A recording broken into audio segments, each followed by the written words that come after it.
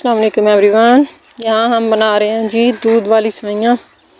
आज हम आपको बताएंगे कि गांव में दूध वाली सेवइयाँ या दूध से बनने जाने वाली हर चीज़ बहुत ज़्यादा पसंद की जाती है, क्योंकि गांव वालों को एनर्जी की सख्त ज़रूरत होती है और दूध में जितनी एनर्जी होती है उतनी किसी चीज़ में नहीं होती।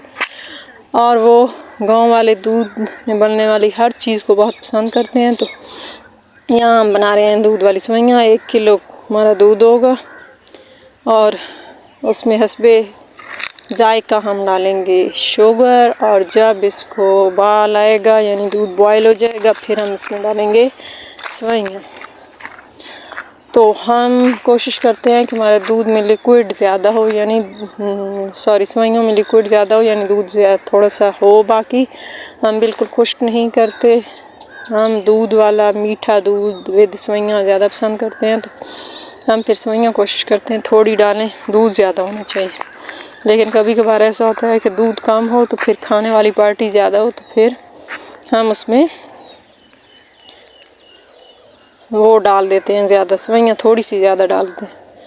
तो यहाँ जी हमारी सेवइयाँ बन रही हैं और जब इनको 2-3 बॉयल आ जाएंगे और जी अच्छी तरह से गल जाएंगी तो फिर हम इनको निकाल लेंगे और ठंडा करेंगे। ठंडा करने के बाद अगर सर्व करनी हो तो फिर फ़ौरन सर्व की जाती हैं ठंडी करके। अदरवाइज़ पहले हम इनको नाले के अंदर ठंडा करते हैं, उसके बाद फिर फ्रिज में रखा जाता है अगर अर्जेंट हो तो। अगर ना हो तो फिर इसी तरह डिब्बे के अंदर पड़ी रहती हैं, फिर निकाल के और फ्रिज में रखा जाता है। तो यहाँ जी हमारी सेवइयों को ऊपर ढक्कन दे के हमने बॉयल होने के लिए रख दिया ताकि हमारी सेवइयाँ गल जाएं अच्छी तरह। ये देखें जी, थोड़ा धूप का टाइम है, हमारे यहाँ धूप निकली हुई है और इतना प्यारा मंजर लग रहा है जी दरख्तों का। और हमें ये दरख्त बहुत पसंद है, इतने बड़े बड़े जो घर के इर्द गिर्द होते हैं। और शुक्र अल्हम्दुलिल्लाह अल्लाह पाक ने लगाए हुए भी हैं, तो हमें ये बहुत अच्छे लगते हैं। और ये हमारी हैं सेवइयाँ। किस किस को सेवइयाँ पसंद हैं और किस किस के यहाँ बनाई जाती हैं, अगर वो गांव से है या आउट ऑफ गांव है, शहर में रहते हुए भी ये किस किस को पसंद हैं। और ये सेवइयाँ हमारी बारीक नहीं होती, हम थोड़ी मोटी सेवइयाँ बनाते हैं। हमें बारीक सेवइयाँ विद दूध इतनी ज़्यादा पसंद नहीं है जो शीर खुरमे के लिए यूज़ होती हैं। हम यही सेवइयाँ यूज़ करते हैं, थोड़ी जो मोटी सी होती हैं, थोड़ी हेल्दी सारी, वही। और ये देखें कितना प्यारा आसमान लग रहा है। और ये हमारा बल्ब जो हम रात को जलाते हैं जब हम यहाँ कुकिंग कर रहे होते हैं, यानी खाना पका रहे होते हैं रात को, तो फिर हमें लाइट की ज़रूरत होती है। तो ये बल्ब हमने लगाया हुआ है जिससे हमें लाइट मिलती रहती है रात के टाइम में भी।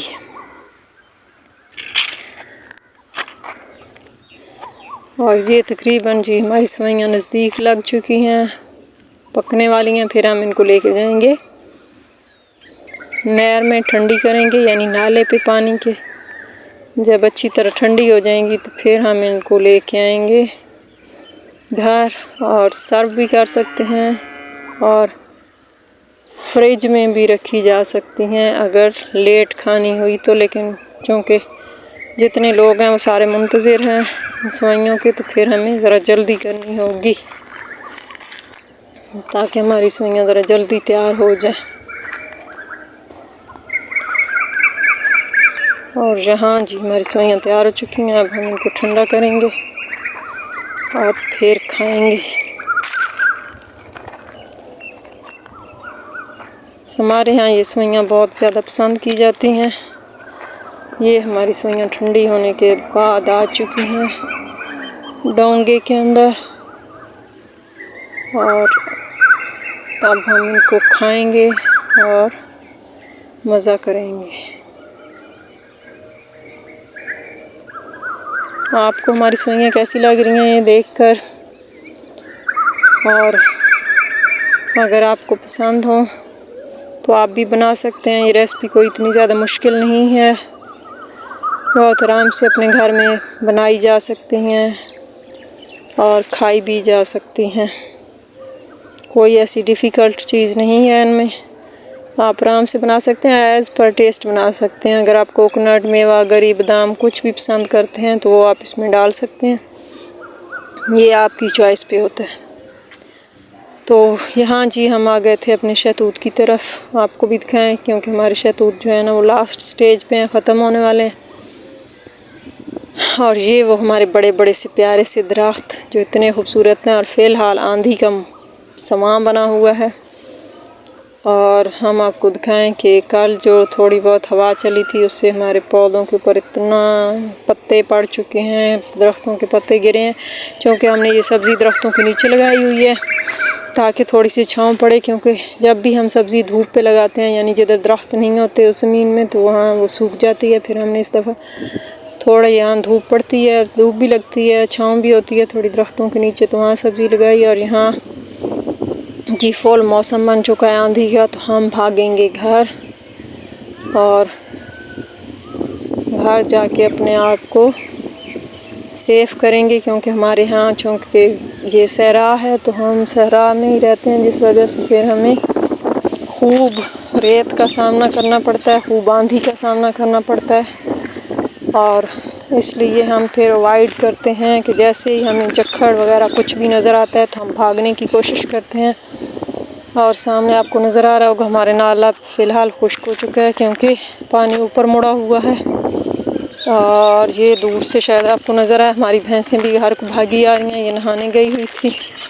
मामू लोगों की भैंसें हैं, हमारी भैंस तो घर में ही होती है, उसको कभी कभार बच्चे लेके जाएं नहलाने के लिए, तो अदरवाइज़ घर में होती है। और अब हम घर जाएंगे क्योंकि हमारा सारा कुछ सामान है वो बाहर पड़ा हुआ है, तो कपड़े वगैरह सारा कुछ तो फिर वो अंदर करना होता है। क्योंकि जब आंधी आती है तो साफ़ कपड़े और गंदे कपड़ों का कोई फ़र्क पता नहीं चलता।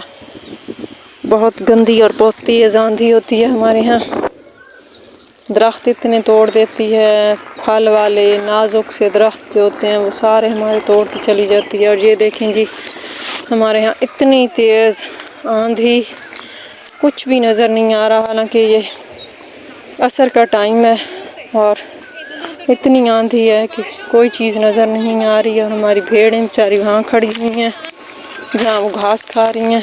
तो गांव के लोग आपको बताया था कि ऐसी आंधी और तूफ़ानों का सामना करते हैं, इसलिए ये दूध और दूध से बनने वाली हेल्दी चीज़ें खाते हैं। वो सामने देखें आपको नज़र आ रही होगी इतनी ज़्यादा आंधी, और जहाँ कोई आवाज़ आ नहीं सकनी थी इस वजह से वॉइस रिकॉर्ड की गई है। और ये देखें जी इतनी ज़्यादा आंधी, इतनी हवा और इतनी मट्टी उड़ती है। और ये बाइक हमारी रह गई है बाहर, इसको कोई अंदर खड़ा करने वाला नहीं था और हमें ये अंदर खड़ी करनी नहीं आती है क्योंकि से गिर जाएगी, वज़नी है और मुझे ऐसी कोई प्रैक्टिस भी नहीं है अंदर खड़ी करनी। तो अब चलेंगे जाके हम छोड़ेंगे अपनी भेड़ों को जो कि इस आंधी का सामना कर रही हैं अकेली। और अगर आंधी के बाद कन्फर्म होता है कि बारिश भी आती है, और अगर बारिश आई तो फिर हमारी सारी भेड़ें गीली हो जाएंगी और फिर हम उनको वापस नहीं ला सकेंगे। इसलिए फिर अब हम अपनी भेड़ों को लेके आएंगे इस आंधी में। तो इस वजह से हमारे गांव वालों को मीठी चीज़ें या दूध वाली चीज़ें या ऐसी हेल्दी चीज़ें जो होती हैं वो ज़रूरत पड़ती है खाने की, क्योंकि हमने ऐसी आंधियों और तूफ़ानों का मुकाबला करना होता है। और सामने आपको लाइट नज़र आ रही होगी, ये है जी ट्रैक्टर हमारा जो हल चला रहा था। और आंधी आ गई है तो फ़िलहाल तो वो भी रुका हुआ है। और ये हमारी भेड़ें जो इतने अंधेरे पे बेचारी खड़ी, और इनको लेके चलते हैं घर, फिर आपको